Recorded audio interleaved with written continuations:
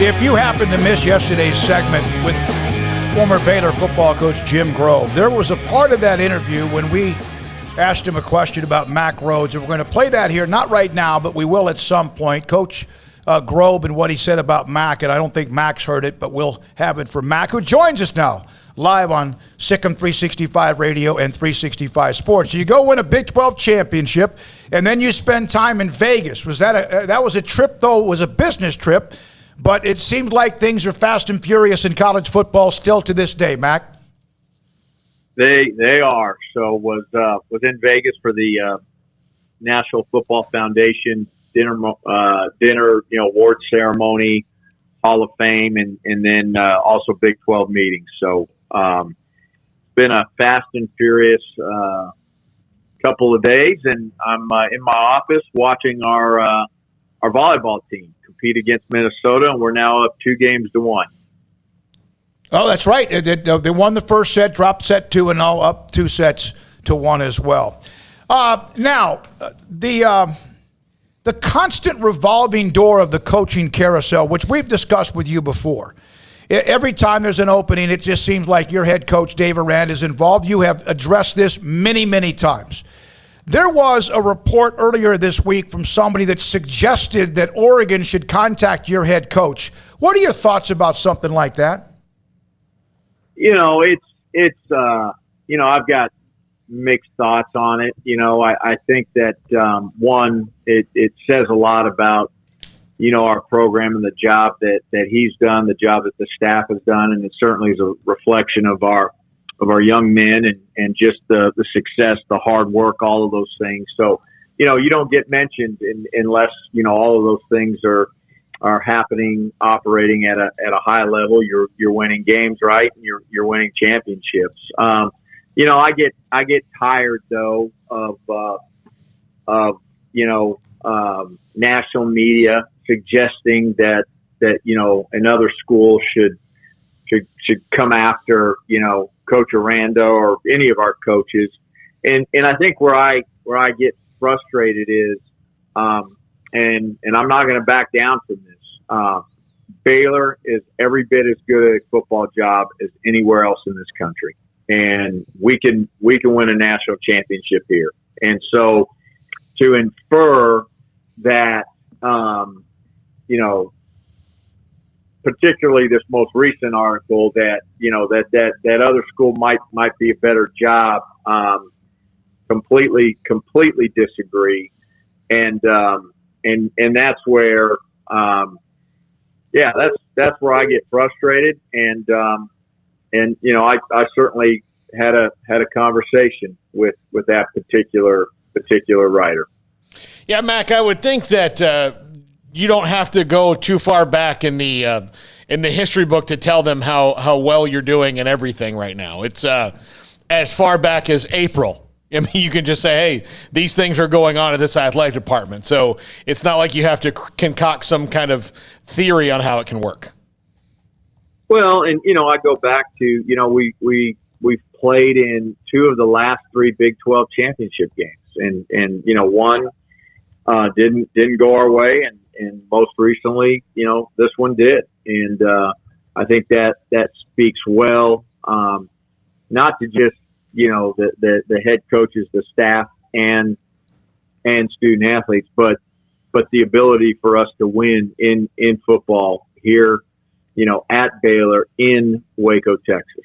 And, so again, I think there's a little bit of flattery with it, but you also get a little bit tired of it as well. Well, Mack, let's talk about what happened on Saturday. I mean, a Big 12 championship. I mean, in the most dramatic way possible. I mean, here your team is. They get the opportunity, and, they could have just flailed after the TCU game, but instead they kept their heads down, got a little bit of help, and got in the game. And you've been there before, got there 2 years ago, fell short against Oklahoma, but now this opportunity to go in, to win, to grab that trophy, and to do it in the fashion that they did it with the goal line stand at the end. Just your thoughts on the season. And I mean, you've talked so much about this, and you've talked so much about your your positivity towards the program and your expectations, and for them to go out there and do it that way. Just what was that like for you? Yeah, I mean, I don't know how you could win in any more dramatic fashion, right? The game of inches, and I'm sitting there down in the corner, and quite frankly, I thought the running back had the angle and for Jeremy McVay to just make that play, and it's even more special when you know who he is as a young man and as a student athlete, and again, I think that entire game, the ebbs and flows, the ups and downs, the hardships we had in the second half,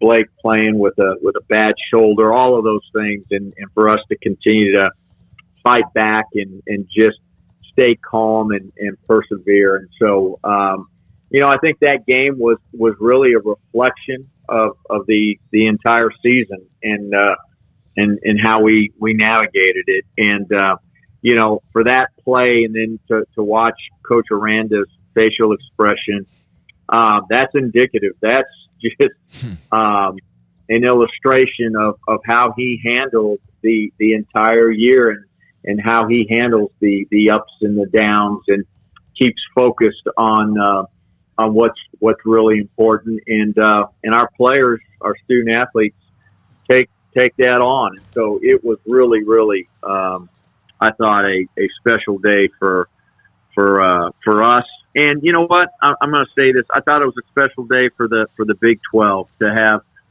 67,700, and I think it was 777, the second largest crowd in the history of the Big 12 championship game, right? For our TV ratings to be, for that game, double what both the Pac-12 and the ACC were. It just speaks well for the Big 12 and the two quote unquote brand names not in the game. And so again, just really, really proud of the Big 12 and thought it was a great day for our conference. Another thing I want to bring up, and it came out I think earlier today, that the graduation rate for Baylor is tied a school record of 94 in the graduate success rate. It's more than just the money. I know that's a big deal, and everyone focuses it on that, realignment, expansion, etc. But what about that? That's a stat that not many people pay attention to. I know you do. Yeah, I mean, we do, and it's one of our pillars, and you all know that. I really do appreciate you bringing that up because we've got our four pillars: athletic success, academic achievement, character formation, spiritual growth, and no one pillar is more important than the other. We expect and we demand that we're going to be elite in all four, and we're not going to compromise one for the other. And I think the graduation success rate, the best all time in Baylor history of 94, and again leading the Big 12 for the seventh straight year. That's something that we're proud of. It's something that we strive to be really, really good at, and because it's not 100, guess what? We can get better, and that's the goal. We're going to continue to try to get better. Mack, the college football playoff expansion discussions continue on. Bob Bowlesby said something I thought was pretty admirable yesterday, in that there's a debate about automatic P5 qualifiers, and he said, well, that's probably best for the Big 12. It's not best for the sport of the whole. I think that's kind of refreshing, in that the good of the one outweighed the good of the many, and the Big 12 conference almost completely collapsed. How do you feel about that going forward, about all those things going on, and maybe a look at, let's do what's best for college football as a whole and not what's best for A institution, B institution, or A conference, B conference? Yeah, I think it's going to be interesting to see how it plays out, and I do think we're going to get there to 12. And I think if there wouldn't have been the, maybe change in commissioners, we probably would have already gotten there. And it's understandable when you think about two new commissioners, in the Power Five, both Pac-12 and ACC, and then, another Power Five commissioner in Big Ten that, had really just 1 year into it. And so almost, having to now with the newness, with those two, just beginning to kind of retrace steps and rethink everything. So I get it. I, certainly understand. And again, I believe we're going to get to the 12. I think the biggest debate is that idea of a Power 5 automatic qualifier versus, potentially the 6 highest rated conference champions. And again, I think there's a duty to look beyond just, your particular situation and what's best for college football moving forward. And so I appreciate that about Commissioner Bowlesby. And, I think they'll get to a place where they, can agree on, what is best for college football. And, I don't know, to be really, really clear, if one is better than the other, just because I'm not, in that space, but, I think they both can work. They both can be really, really good. And, I'll probably, would think that maybe the 6, highest ranked, conference champions is probably the best pathway for everyone. But, again, remains to be seen. Do you think that a school openly saying that they will give $50,000 to a specific position under the guise of charity is good for college football? Yeah, I figured that question was gonna come up, and it's just interesting on how, again, we're taking name, image, and likeness, and really pushing it to the limit, and not really, I think, what it was intended for. And I think where I struggle, and I don't know the folks behind the Horns with Heart charity organization, but I, again, just being candid, I struggle that this wasn't done for recruiting advantage, recruiting purposes, that this is just a byproduct of it. And so that's, let's call it what it is. And it's absolutely to garner a recruiting advantage. And so, look, this is where this is headed. The genie's out of the bottle. I don't know how we're going to get it back in. We're certainly comfortable with the way we're handling name, image, and likeness. I think we're gonna sign a great class, and and again, full disclosure, we'll adjust and tweak in order to be relevant and stay relevant and compete at the highest level. But we're not going to compromise our beliefs and our culture and the way we do things. Mack, with how things are changing, you've brought this up before. You have Vince Ginta, who runs the personnel, so to speak, for Coach Aranda and football. And then Dennis Polian is there for him every day as well. But have you ever thought of, and is there kind of a spot or a role for somebody who can almost be a football program general manager, so to speak, or is that something you really already have? Yeah, no, I mean, we've talked about that particular role, and I think that Dennis Polian really, as chief of staff for football is serving in that role, and really, his oversight of staff, other than the coaches, 1 through 10, and then also the recruiting area.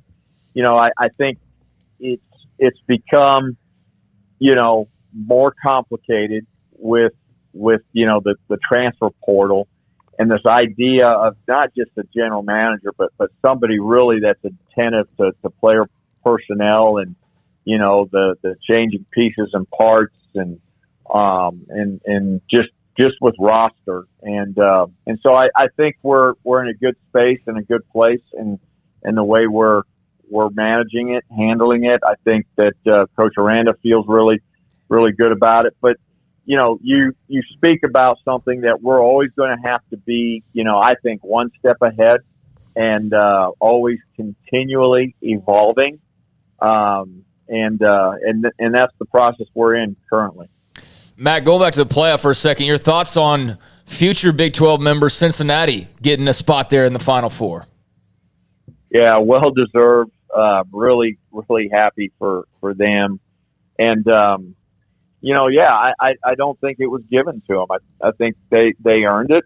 And, and I think it's going to be a pretty compelling matchup against Alabama. I think, one of the things that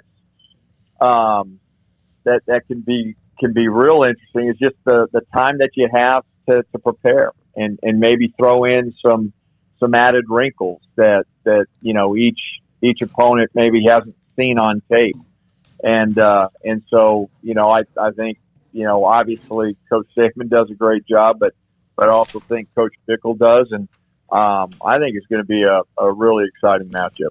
Mack Rhoades with us, Director of Athletics at Baylor on Sikkim 365 Radio and 365 Sports. Mack, I know you got to go in just a second, so I want to go back to the game again because that ending was just so ridiculous. What was that like afterwards? And I know there's probably personal moments that you don't want to share, and that's totally understandable, but what was it like to just see Dave Aranda and the staff and the players after the game, the celebration, the talks afterward? I mean, just as somebody who's seen the ups and downs of the Jalen Petries and even Aranda last year, to see that happiness on their face and that celebration, I mean, how much did that mean to you, and what was that like?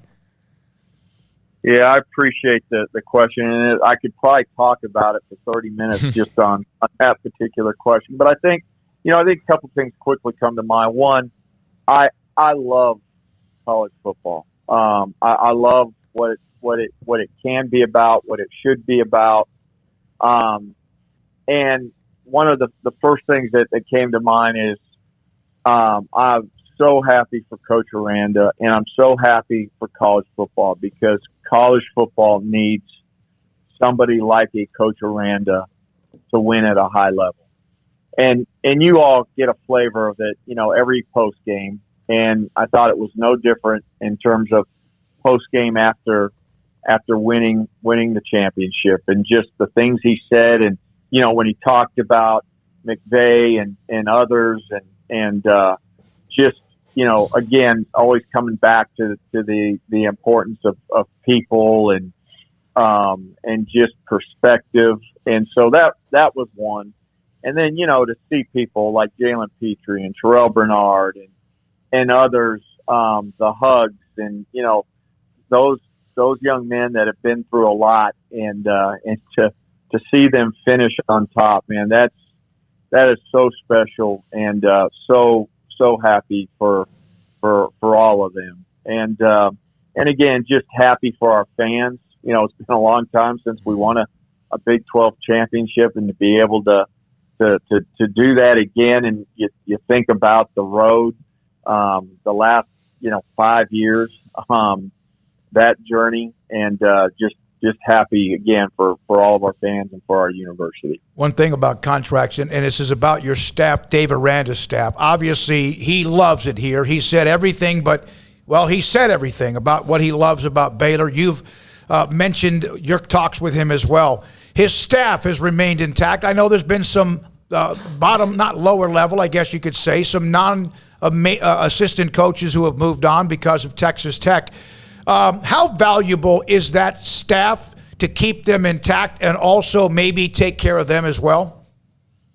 Yeah, it's really important. It's really important to Coach Aranda. It's really important to me. And, obviously we've had some other institutions reach out to our position coaches, 1 through 10, right? And we've been able to keep them intact. And, I suspect there's still some movement, coaching staffs, our head coaches hiring staff, and, we'll continue to mitigate that and work work through that. But right now, we've been able to retain everyone, and going through the process of rewarding our coaches. And so right now we're in a really, really good place.